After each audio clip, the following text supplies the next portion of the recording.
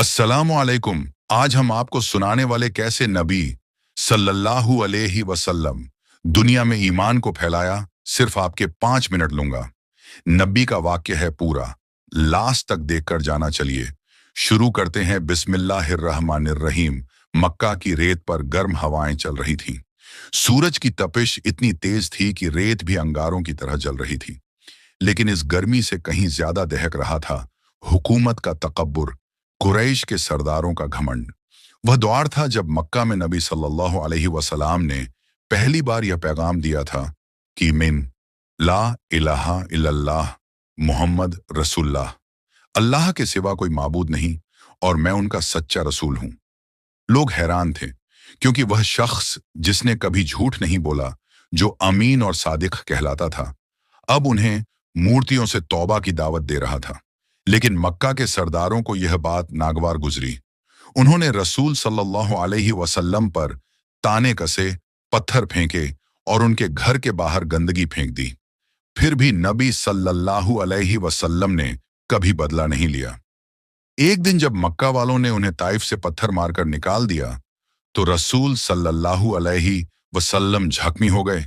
खून बह रहा था, जूते लाल हो गए और दिल में दर्द था। वो एक पेड़ के नीचे बैठे, हाथ उठाए और कहा, ए अल्लाह, मैं अपनी कमजोरी की शिकायत तुझसे करता हूं। अगर तू मुझसे राजी है तो मुझे इन सब की परवाह नहीं।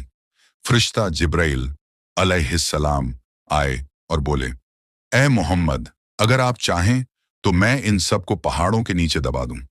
नबी ने आंसू भरी आंखों से कहा, नहीं, शायद इनकी नस्लों में कोई ऐसा निकले जो अल्लाह की इबादत करे। यह थी रहमत आलम की रहमत। जिन्होंने जुल्म सहा मगर बदला नहीं लिया। जब मक्का वालों ने जुल्म की इंतहा कर दी तो अल्लाह का हुक्म आया, ऐ मेरे नबी, अब मक्का छोड़ दो और मदीना की तरफ हिजरत करो। रात का वक्त था। रसूल अपने घर से निकले, अपने बिस्तर पर अली रजी अल्लाह तला अन्हु को सुलाया और खुद चुपचाप मक्का से निकल गए। दुश्मन तलवारें लेकर घात में बैठे थे, लेकिन जब उन्होंने घर में देखा तो नबी जा चुके थे।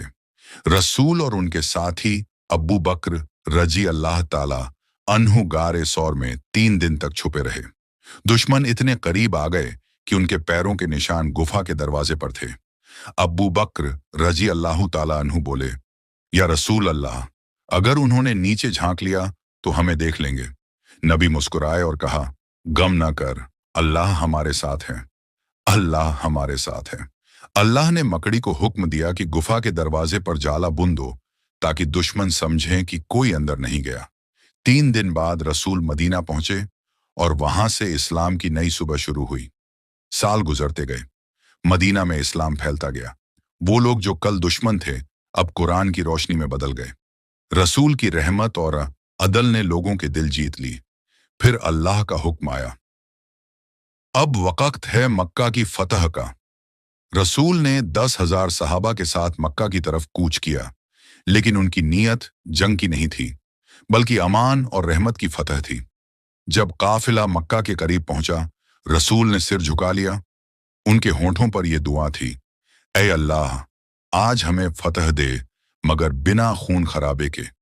उन्होंने फरमाया, जो अब्बू सुफियान के घर चला जाए उसे अमान है, जो अपने घर का दरवाजा बंद कर ले उसे अमान है, जो मस्जिद हराम में चला जाए उसे अमान है। रसूल ऊंटनी कस्बा पर सवार होकर मक्का में दाखिल हुए। सिर झुका हुआ था, आंखों से आंसू बह रहे थे। वो शहर जिसने उन्हें पत्थर मारे थे, आज वही शहर उनके कदमों में था। उन्होंने तवाफ किया, फिर काबा के अंदर गए, मूर्तियां गिराईं और कहा, हक आ गया और बातिल मिट गया। फिर उन्होंने कुरैश के सरदारों को बुलाया। वो सब कांप रहे थे, सोच रहे थे अब रसूल बदला लेंगे। लेकिन नबी ने उनसे पूछा, ऐ कुरैश के लोगों, तुम्हें क्या लगता है मैं तुम्हारे साथ क्या करूंगा? उन्होंने कहा, आप एक रहमदिल भाई हैं और रहमदिल भाई के बेटे हैं। रसूल ने कहा, इद्हबू फअंतुम तुलका, जाओ, तुम सब आजाद हो, मैं तुम्हें माफ करता हूं। ये वह लम्हा था जब रहमत आलम ने इंसानियत को रहमत का असली मतलब सिखाया। उस दिन मक्का के लोग रो पड़े। उन्होंने देखा कि जिसने उन पर जुल्म करने वालों को भी माफ कर दिया, वह कोई आम इंसान नहीं बल्कि अल्लाह का रसूल है। मक्का में फिर तौबा का समुंदर उमड़ पड़ा। हजारों लोगों ने एक साथ कलिमा पढ़ा, ला इलाहा इल्लल्लाह मुहम्मद रसूलुल्लाह।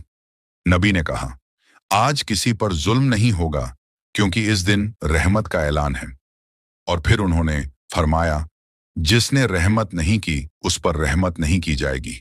इस तरह मक्का की फतह खून से नहीं बल्कि रहमत, माफी और मोहब्बत से हुई।